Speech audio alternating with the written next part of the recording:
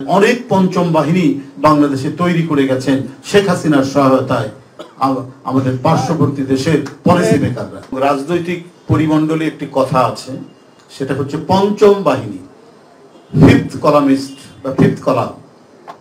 এই পঞ্চম বাহিনীর উপদ্রব এখন বাংলাদেশে ব্যাপকভাবে বিস্তার লাভ করেছে।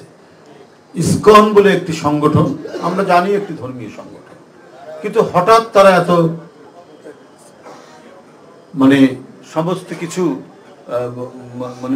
ইয়ে হয়ে গেল, এত বেশি উত্তপ্ত হয়ে গেল কেন?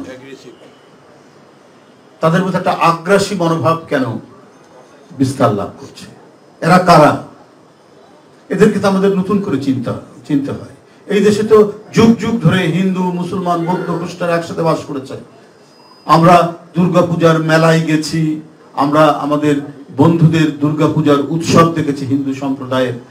কোনোদিন তো আমরা কেউ কারো প্রতি বিদ্বেষ পোষণ করিনি, কেউ কখনোই আমরা একে অপরের প্রতি কোন ধরনের হিংসা প্রতিহিংসায় ভুগিনি। আজকে কেন এই কথাগুলো আসছে? আজকে এরা কারা? এরা কেন আজকে এই বিদ্বেষ পোষণ করাচ্ছে আমাদের নিজেদের মধ্যে?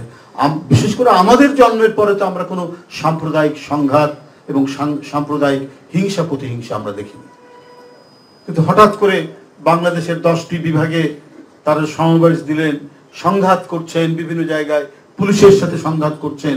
আর সংঘাত শেষ হতে না হতে ভারত থেকে অপপ্রচারের যে ঢেউ আছড়ে পড়ছে বাংলাদেশে, এইটা দেখে তো মনে হয়েছে যে একটা দুটো নয়, অনেক পঞ্চম বাহিনী বাংলাদেশে তৈরি করে গেছেন শেখ হাসিনার সহায়তায় আমাদের পার্শ্ববর্তী দেশের পলিসি মেকাররা।